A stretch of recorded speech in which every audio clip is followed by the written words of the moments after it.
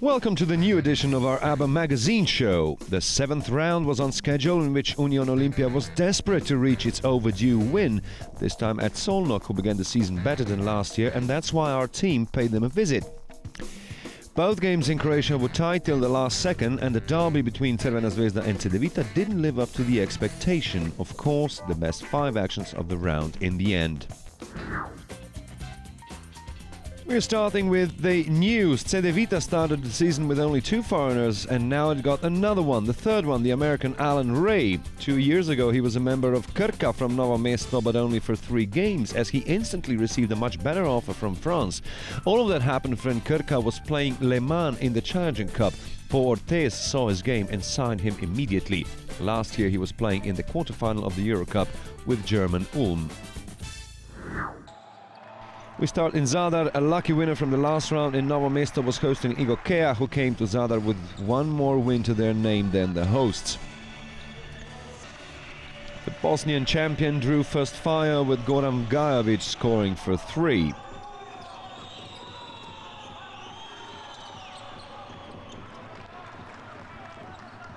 For Zadar, it was Andrew Lawrence. In the end, he was the best scorer for the home team with 26 points. But all in all, a better start for the visitors, who already had a 10-point advantage towards the end of the quarter, when Sinisa Steinberger was able to score 5 in a row.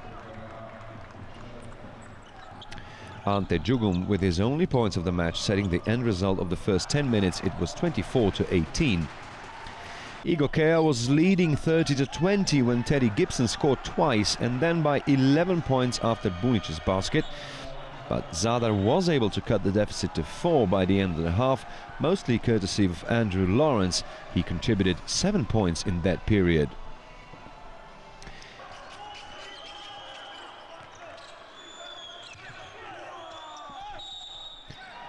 Uroš Nikolic was the first to score in the second half. Here's 2 of his 15 of the night. In the 25th minute, Zadar was finally able to push into the lead when Toni Dian rounded up a 10-0 run. It was 60-54, but Igokea was quick to reply through Branko Jorovic. He reached 15 points in the end. It was a poor night for Marko Šutalo, but he was nevertheless able to put his team in front after 3 quarters of play, with his only 3 of the night. The gap grew to 7 when Marko Ramljak scored, and in the 34th minute Zadar was leading by 8 after Dian's basket.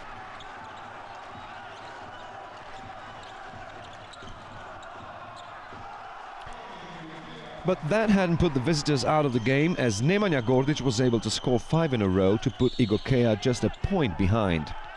After Lawrence's points, Zadar was leading by 4, but not for long, as Sinisa Steinberger secured Igokea's first lead of the last quarter. Filip Kraljevic, the hero of the previous round, was able to score just once from the free throw line, and that meant Zadar had only a point advantage just 11 seconds before the end of the game.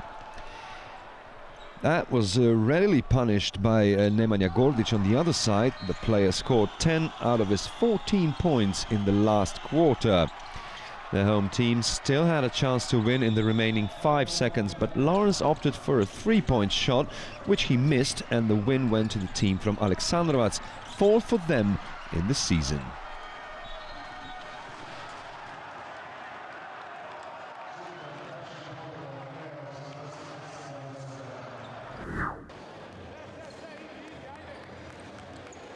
Szolnok was the venue where Union Olympia was hunting for that elusive first win of the season.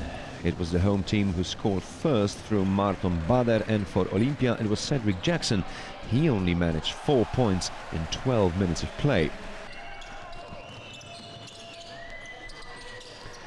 After that, a 10-2 partial for the home team, which brought Szolnok to a 12-6 lead. 5 points in that run, courtesy of the league's MVP, Willie Warren. But Olympia did succeed to stay in touch in the first period, as Gailius scored 8 consecutive points for the visitors, so the home team was in front just by 4 after the first 10 minutes of play. The second period started with Olimpia equaling the score to 18 through Cody Augustus, and then continued to the first lead for the visitors. It was 22-20 when Joksimovic scored for free. Olimpia was in front by 7 and then by 9 when Salin rounded up an 11-2 run for the guests.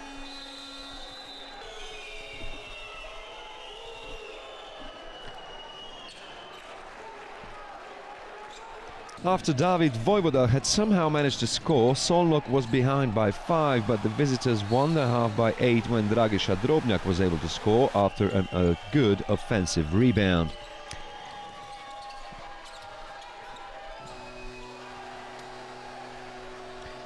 The Hungarians opened the second half well with a three-pointer from Peter Laurent. He had 13 points to his name in the end.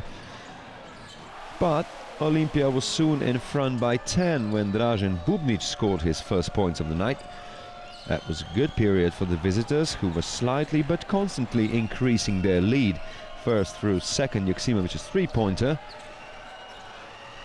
and then through Vladovic.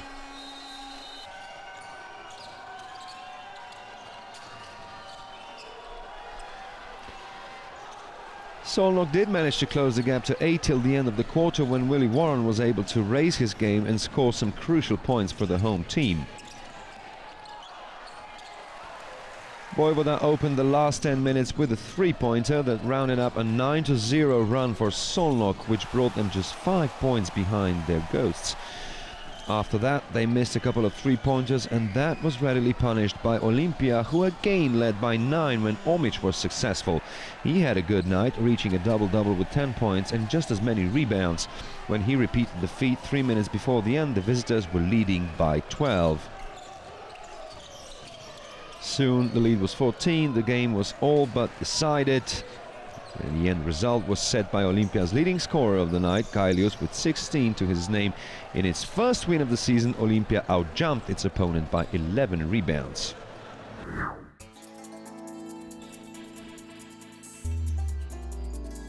The Hungarian outfit of Szolnok is one of the youngest participants in the ABA League. They entered the competition in the 2012-2013 season, and after a shaky start, they got to a better one this time around.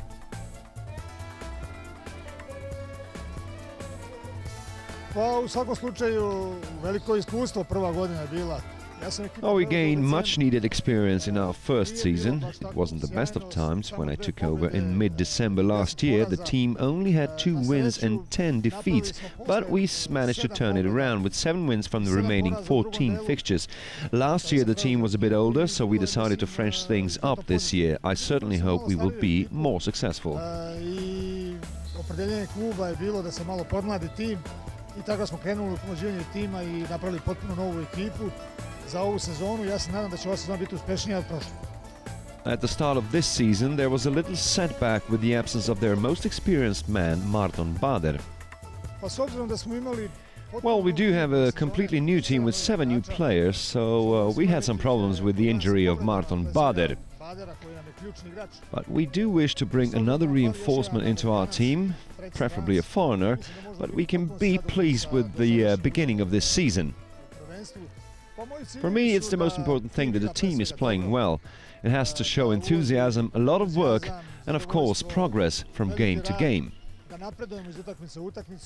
And by that, we think we're going to have a better result than last year. In any case, this is my goal, to be better than last year and to win more games.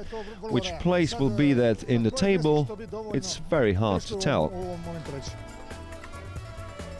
For everybody playing in the ABA League, when they go to Szolnok, it's a special experience because the hall is not very large. It can take 3,000 people, but it does have a specific design and a very low ceiling, which is very vocal when things get out of hand. And of course, that was soon found out with the best teams of the league. Talking to Bader, he spent his part of his career playing for Krka and Cibona, and he was able to pass his experience to the team, but its biggest assets have to be the passionate fans. Yes, our crowd is the same. They always helped us. They are one of the reasons that we play very good or play much better at home than on the road. I think last year we beat Partizan, we beat all the EuroLeague teams last year here, Cibona, Partizan, Olimpia, Cedevita. So I think nobody can come here to expect an easy game. And our fans are also used to the Adriatic League, and I think they are very glad that after so many years in Hungary, they can see some teams, some opponents who are coming here, who they just heard of before, or they just saw on TV, on television. I think it's a good thing for Szolnok and for Hungarian basketball in general that we're playing in the ABA League, as it is one of the strongest competitions in Europe. It certainly will boost the popularity of basketball in Hungary. As always, there was a full house in the game against Olimpia. The crowd was loud and was passionately opposing every referee's decision going against their team. It's a support many other ABA League teams would have wished for.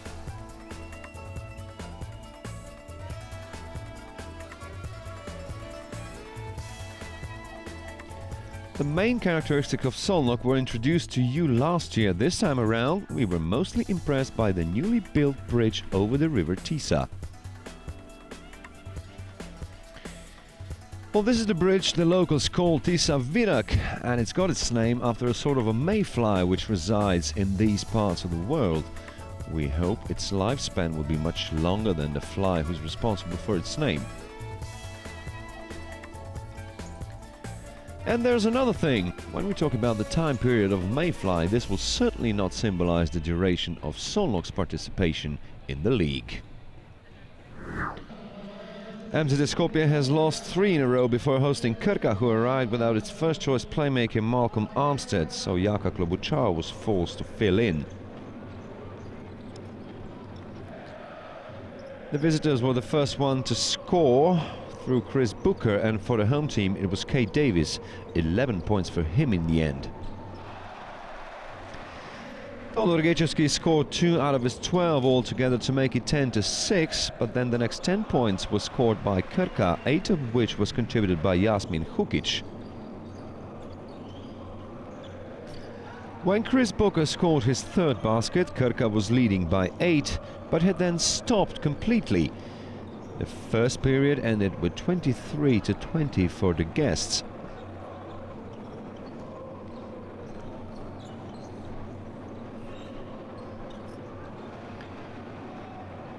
When Reynolds scored and had an additional free throw, MZT was already in the middle of a 10-2 run, and when the former Krka player Uroš Lučić scored, the home team was already in front by 7.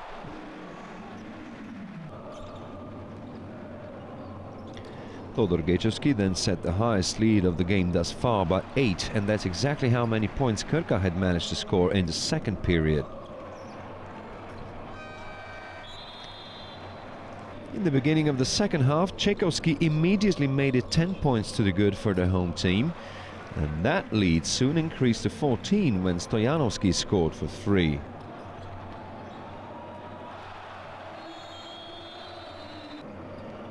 Krka managed to reply after a timeout and a subsequent zonal defense, which helped the visiting team to a 7-0 run.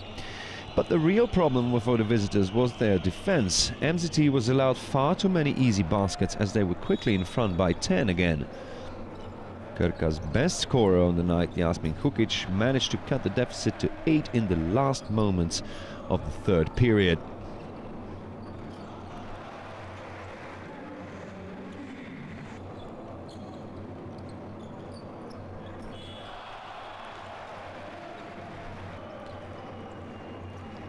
That shaky defense was evident under the basket, which Justin Reynolds put to good use with this slam dunk. In the middle of the last period, MZT managed to equal their highest lead of 14 when Alexander Kostovský scored. When it was 72-60, just 2 minutes before the end, it seemed all over for the visiting team, but then they managed to steal some balls and score some easy baskets to put them just 4 points behind with 52 seconds to go, courtesy of Zvonko Budak, who scored 10 out of his 11 in the last quarter. But in the closing moments, Damian Stojanovský scored all 6 from the free throw line and brought his team to a 3rd win of the competition, leaving Krka still without an away win. That was the top of the standings derby in Belgrade, with Crvena Zvezda taking on Cedevita. Both teams were successful in the European competitions, Crvena Zvezda in the EuroLeague and Cedevita in the Euro Cup, respectively. Boban Marjanovic was the first one to score for Crvena Zvezda, and for the visitors it was Nolan Smith.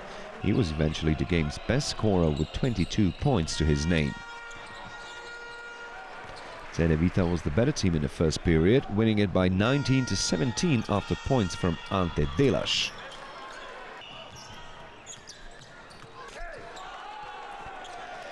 The team from Zagreb led by 4 when Yusuf Nurkic scored, but that was followed by 9 consecutive points from Crvena Zvezda, 6 of which came from DeMarcus Nelson. But Nurkic was also playing well. After his points, Cedevita again took the lead, albeit a minimal one. The end result of the first 20 minutes was 35-31 for Crvena Zvezda, set by Raško Katic. In that time, Cedevita missed all 10 attempts for free, while Zvezda only managed 1 from 6 attempts. Then a fierce beginning of the second half by the home team, which managed to score the first 8 points, thus reaching the highest lead of the game when it was 43-32. Then, in 12th attempt, Cedevita managed to score for 3, courtesy of Luka Babic. That turned out to be the only successful three-pointer for the visitors in their 19 attempts altogether. Zvezda led by 12 when Blake Shields scored, but Cedevita did manage to somehow stay in touch, mostly through Nolan Smith, who had 11 points in this period alone. Still, the home team was in front by 13, when Marko Simonovic rounded out the quarter with his three-pointer.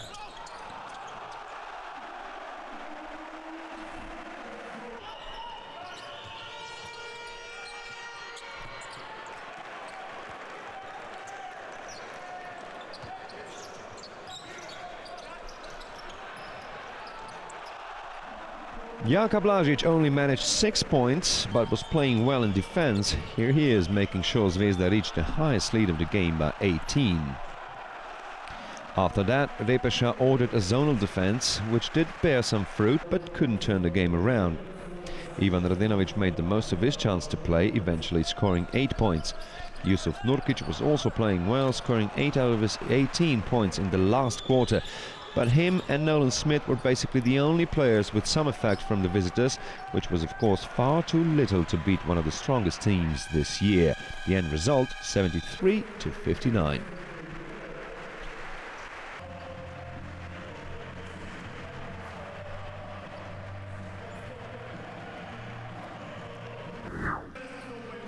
The two teams fighting it out for the last year's Final Four tournament met in Kragujevac. Before that, Radnički had secured 3 wins, 1 more for Budućnost. Čedomir Vitkovac was the first one to score for the visitors, and for the home team it was Muftau Yaru. And that was the start of Radnički's 7-0 run, rounded up with Marinovic's 3. 14-13 after the first 10 minutes of play.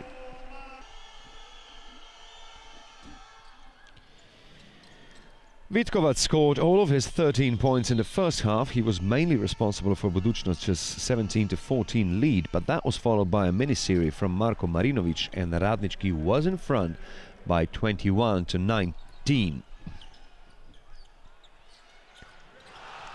The home team was leading by 6 when Jeftovic corrected Cili's shot, and then by 9 when Dusan Mlađan scored from distance.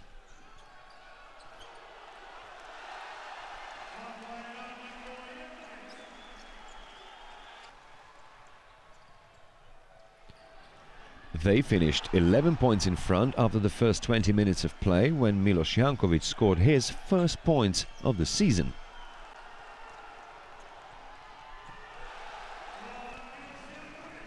Then 2 consecutive three-pointers from Aleksa Popovic, and the gap was just 5 points.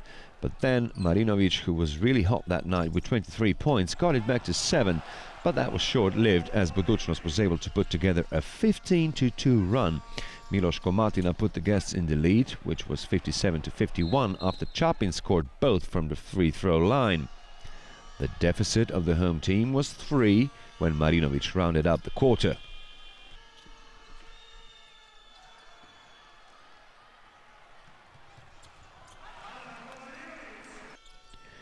The last period was opened with 5 consecutive points from Aleksa Popovic to put the score to 64-56. It was 64-58 after Muftau Yaru scored 2 out of his 13. But then again, 5 points in a row from Popovic. He scored all of his 18 in the second half. Jalil Akindele had 17 points and 12 rebounds on the night. He made sure the lead grew to 13. That was followed by Muta Nikolić's timeout. When Milos Komatina scored for 3, Budućnost was in front by 15, 3 minutes and 50 seconds before the end of the game, and it was of course all but decided. In the end, 86-72, a 5th win of the season for the Montenegrin champion and a 4th defeat for Radnički, who only had 34% field goal efficiency. 3,500 people turned up in Petsera Hall to see whether Široki can beat the defending champion, just as it has Crvena Zvezda and Olimpija this year. Leo Westerman was the first one to score, and by the time Boris Dalot did as well, Partizan was already leading by 8-1. It took almost 5 minutes for Široki to score for the first time from open play, courtesy of Jonathan Jones. When Milosavljević hit his three-pointer, Partizan was already leading with 16-3, and then with 22-7 when Bogdanović scored. Only in its 6th attempt Široki was able to score for 3, so no wonder the deficit was high after the first 10 minutes of play. It was 24-10 for the guests from Belgrade. They didn't stop there though. 5 points in a row from Bogdanović meant that Partizan was already leading by 17 points. Then a 9-2 partial for the home team. Domagoj Bošnjak with a 3, making it 31-21. But Partizan's offensive rebounding was a big problem for Široki. Here is Milutinov with one of them, after which it was 14 points to the visitors' good.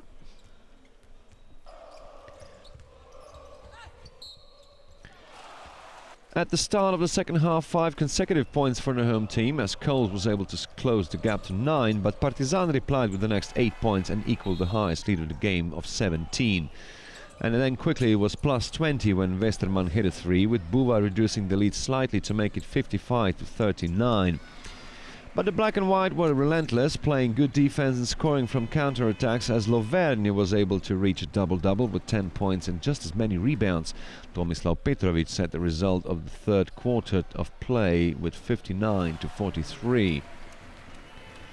Bogdan Bogdanović had a good game, reaching 19 points, 7 rebounds and 6 assists, and Partizan was leading by 24. It was 26 by the time Westerman scored his second three-pointer. In the end, the visitors stepped off the gas a little bit, but that didn't mean Široki could do anything about it. It was 80-61 in the end, in a game where Partizan outjumped the home team by 40 rebounds to 23.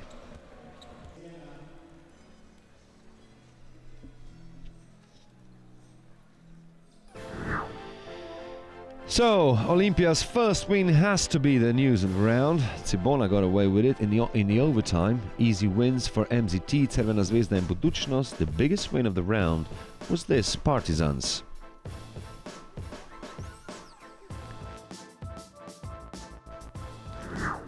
Partizan is first, the only team to register 6 wins. Close behind are Crvena Zvezda and Budućnost, as Cedevita dropped for 2 places. Zadar and Široki keep Olimpija company at the foot of the table, with the Ljubljana team finally getting that elusive win. Mega Vizura's Ratko Varda is our MVP of the round. His playing index of 40 wasn't enough to guarantee his team a win against Cibona Zagreb. A 33-year-old veteran reached 33 points and 8 rebounds in 28 minutes of play.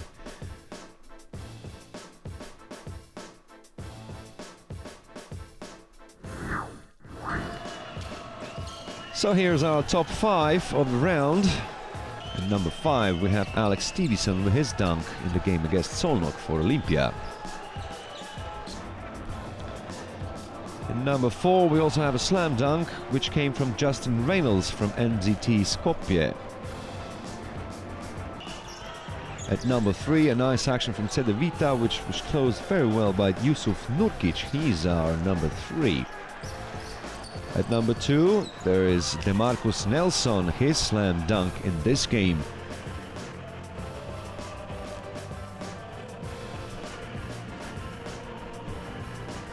And this week's number 1 is Zada's counter-attack with a nice slam dunk from Marko Ramljak. He is our number 1 this week. So here are the pairings for the next round, the highlight of which is of course the eternal derby between the two Belgrade powerhouses Partizan and Crvena Zvezda. It is the last game of the round. Well, that's all for today. We'll see you next time with news and everything else from the 8th round. Goodbye.